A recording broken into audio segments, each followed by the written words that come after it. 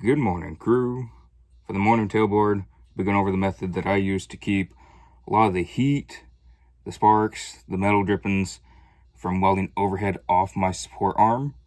Now, support arms can change. You have to learn to weld with either hand, with stick, flux, even TIG. But when you're welding overhead, a lot of the stuff will drip down on your hand, and if it's wearing holes in your gloves like it does mine, a decent amount, you have to come up with a different solution. And I've used duct tape quite a bit, and it's worked really well. Yes, it looks ratty, but it works. I did have a comment yesterday on a prior video about the duct tape that's probably not healthy breathing in fumes, which is most likely very true. I doubt it's healthy to be breathing this stuff in. More often than not, I'm wearing a respirator, first off, when I'm welding. Usually. Not all the time, but if I'm doing a lot of welds, I'm most likely wearing a respirator. And in addition to the duct tape, because that does wear out, it will melt away, it'll basically wear down. What I do for my support hand, whichever hand it may be, something I made a long time ago in welding school, was this. And yeah, it may look really hokey, it may look goofy to some, but it works for me. It's aluminum that I found in the shop that was going to be tossed. And I did not do these welds. This was just in the scrap bin. And it was flat sheets, flat pieces of plate that had been sheared and then welded for edge joints there. And I just thought, you know, I can try and make something out of aluminum that will dissipate the heat and also catch a lot of the dripping, spatter, stuff that burns your hand and don't feel good. So, a lot of trial and error in this. I did try the little aluminum covered pads with the aluminum stretch piece that goes under here. A lot of welders, I assume you all know what I'm talking about. I tried those. Some people had some success with them, but they went through them very quickly because those of us that are going to be doing a lot of overhead, you're getting a lot of heat radiating down at that. You're getting a lot of spatter, sparks, drippings, all kinds of good stuff, especially if you're cutting overhead and you have to have your arms near you. But yeah, I never had much success with those, so I tried different versions of this. I just thought, you know, why not have a little fun, try and make something. If it doesn't work, it doesn't work. But after a while of trial and error, I found that bending the metal did work.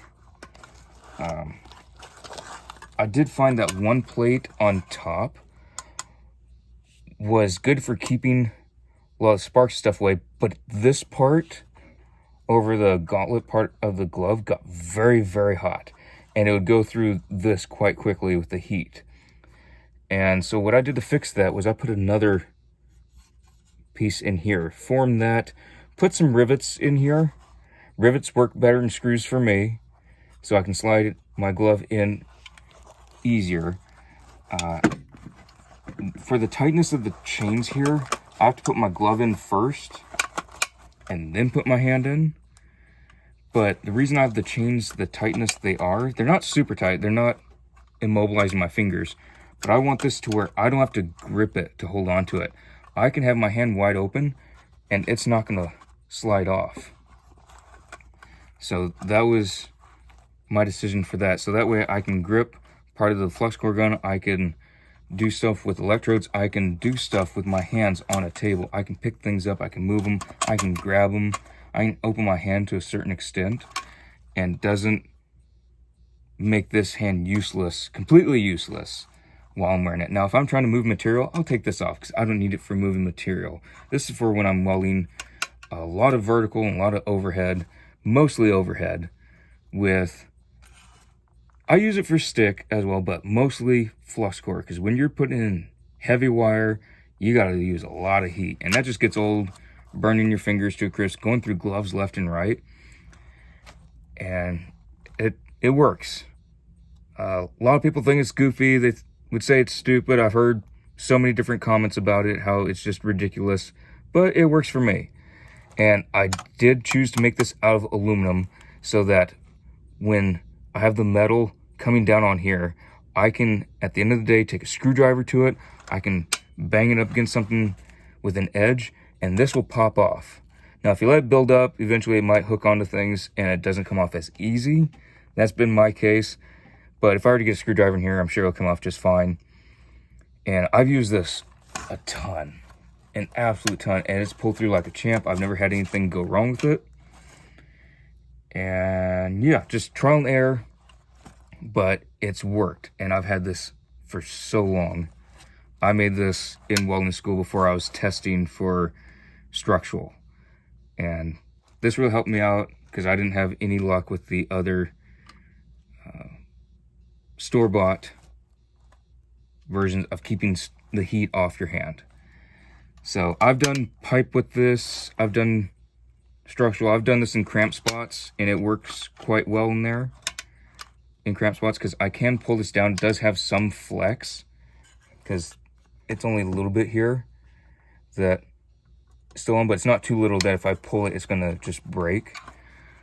But yeah, I've used this all over the place, and it's worked well for me. Sometimes it's a pain to get off once in a while. I'm thinking about making another one eventually. I just haven't gotten around to it, especially since this one works. And if it ain't broke, don't fix it. So I think I might make a new one eventually, and I'll post that on here if I ever get around to that, or when I get around to it, either or. But yeah, I just found this scrap aluminum that someone else had welded and was going to toss, and it was just mostly flat. It was curved a little bit because it had, when it cools and you're doing these small plates, sometimes they'll bend. But I put it to the curvature of my arm with the glove in it, and I got the other piece in there. You can see a little bit in there. It does keep the heat off the arm much better than if I just had this plate. World of difference, at least for me. So yeah, I got that little gap in there, and now I don't have the heat coming down as much, because aluminum, it does spread the heat faster than if you had steel. It'd be concentrated for longer, and it would hold it longer. Aluminum, it spreads it out much faster. Drawing a blank on the term at the moment, but yeah, made a big difference. I didn't do any sort of elastic for this, because what I'd seen with a lot of the folks that had the elastic on the little pads that I mentioned earlier is it frayed very quickly. Even if it was FR rated, all that stuff, when you're doing heavy amounts of flux core, those things, in my experience, wear down quite quickly. So that's why I decided to go with the chain. If I were to do something that was non-metal, I would use a very wide, thick, heavy-duty piece of leather, and I'd be oiling that thing left and right because it would dry out so much from the heat.